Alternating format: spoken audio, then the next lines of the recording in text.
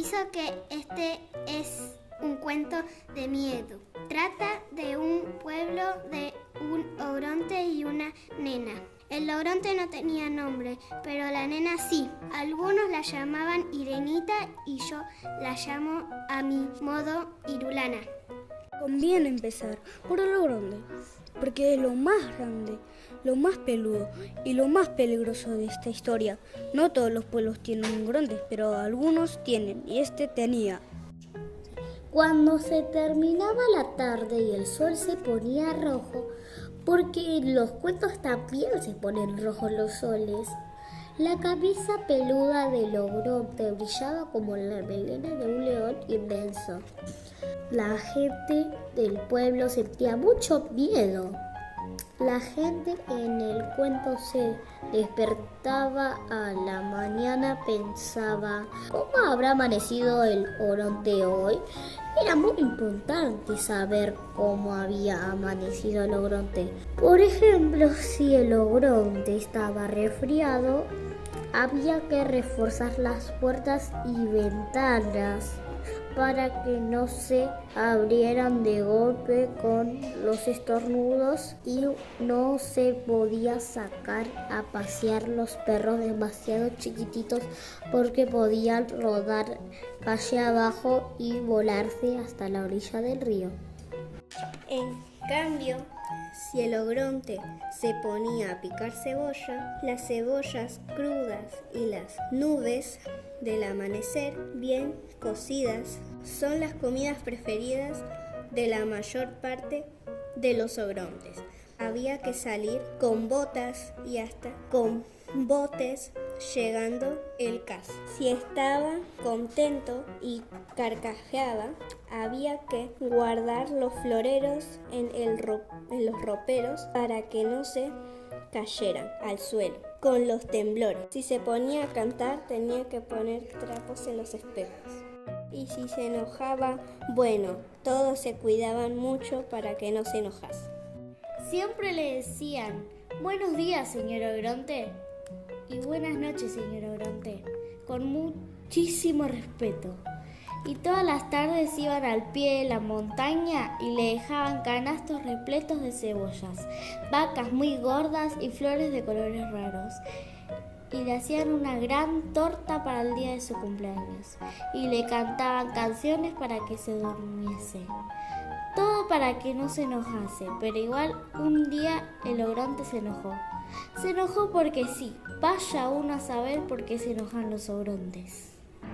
Se notó que se había enojado porque empezó a gritar y a rugir y mover los brazos en el aire como un molino, y porque sus dientes enormes, no se imaginan ustedes lo enormes y lo filosos que son los dientes de los ogrontes enojados. Brillaban más que su melena del atardecer. El pueblo entero se arrugó de miedo.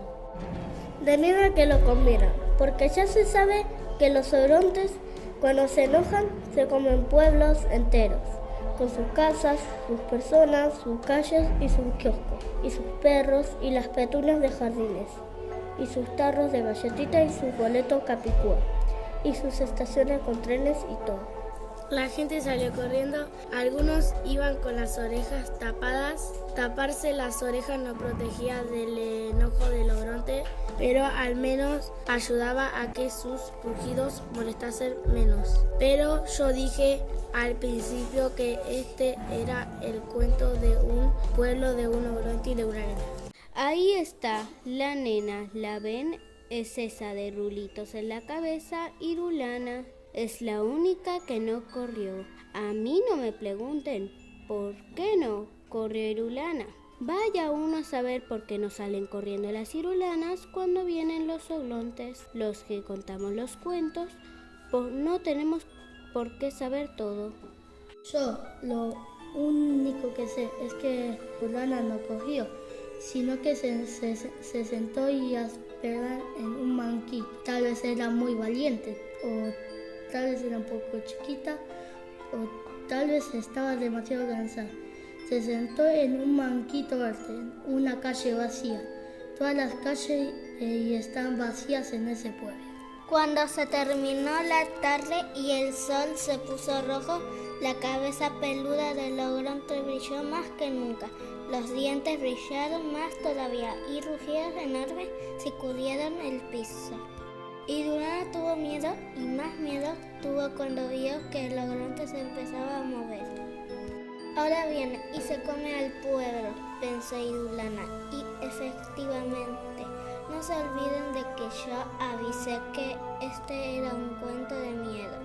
En cuanto llegó la tarde, el ogronte empezó a comerse al pueblo. Ya sé que esto es terrible, pero ¿qué se le va a hacer?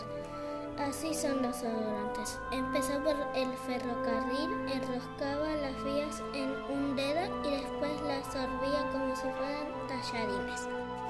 Masticaba la casa como si fuera turrón y de tanto en tanto le daba un mordisquito a 2 o a 3 árboles que había arrancado de raíz y que llevaba como un manojo de apio en la mano.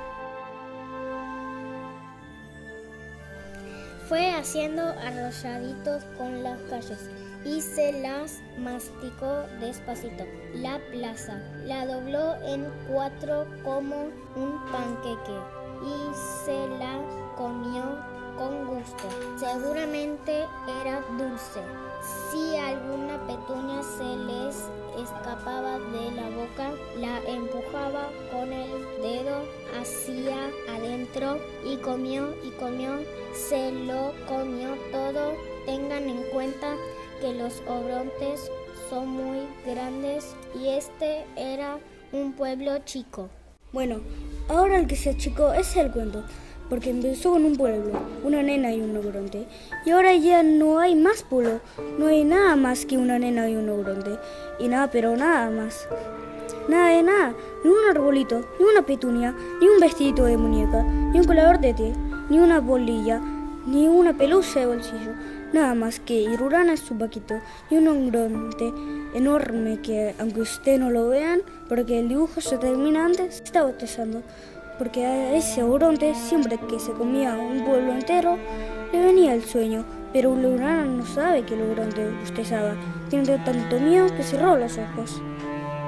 El ogronte da 1, 2, 3 pasos más. Y los pasos de los ogrontes se van muy lejos. Y justo cuando está por descubrir la Irulana, en su banquito se queda dormido.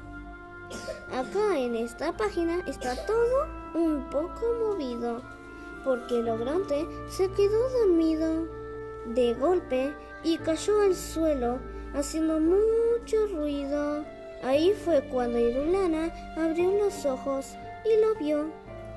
Parecía una montaña, pero seguramente era un ogronte, porque las montañas no usan botas ni cinturones. Y roncaba de más, como solo roncan los ogrontes. Irulana era una nena valiente, pero también era chiquita y se sentía sola.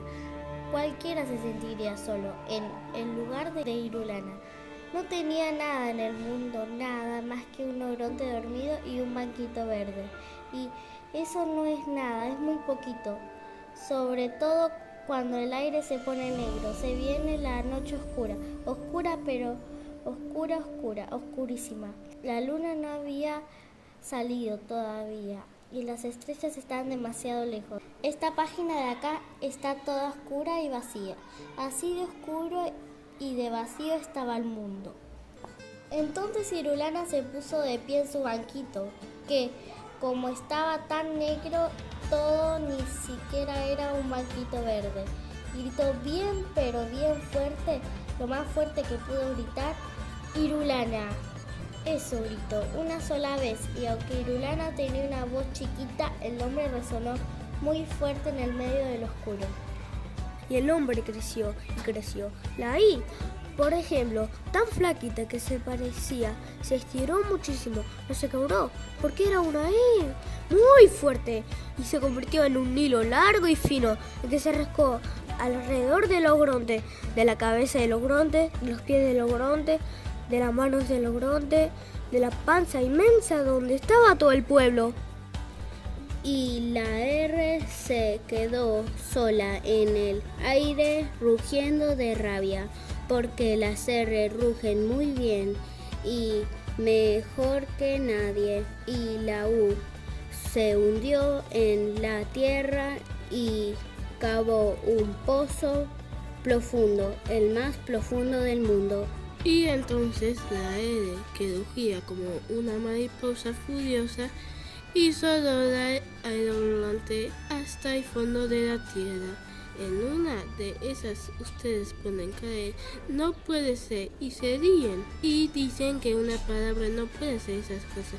Y yo digo que sí pueden, prueben sino decir una palabra importante, una sola, en el medio de la noche oscura y aislado de un horizonte.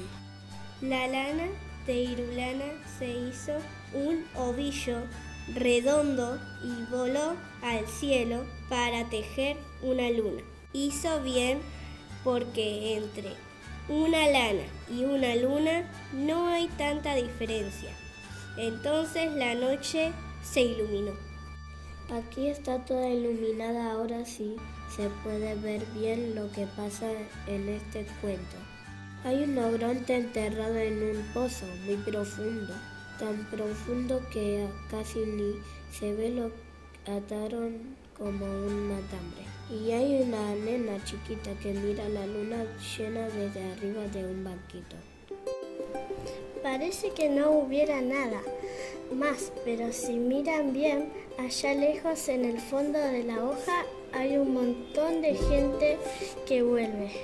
Si acercan la oreja al papel, tal vez oigan la música, porque traen guitarras, violines y panderetas. Vienen a fundar un pueblo y este cuento termina más o menos como empieza. Había una vez un pueblo y una nena. Ogronte, en cambio, no había. Algunos pueblos tienen ogronte, pero este no tenía. Es un cuento un poco igual y un poco diferente. Eso sí, seguro que no es de miedo.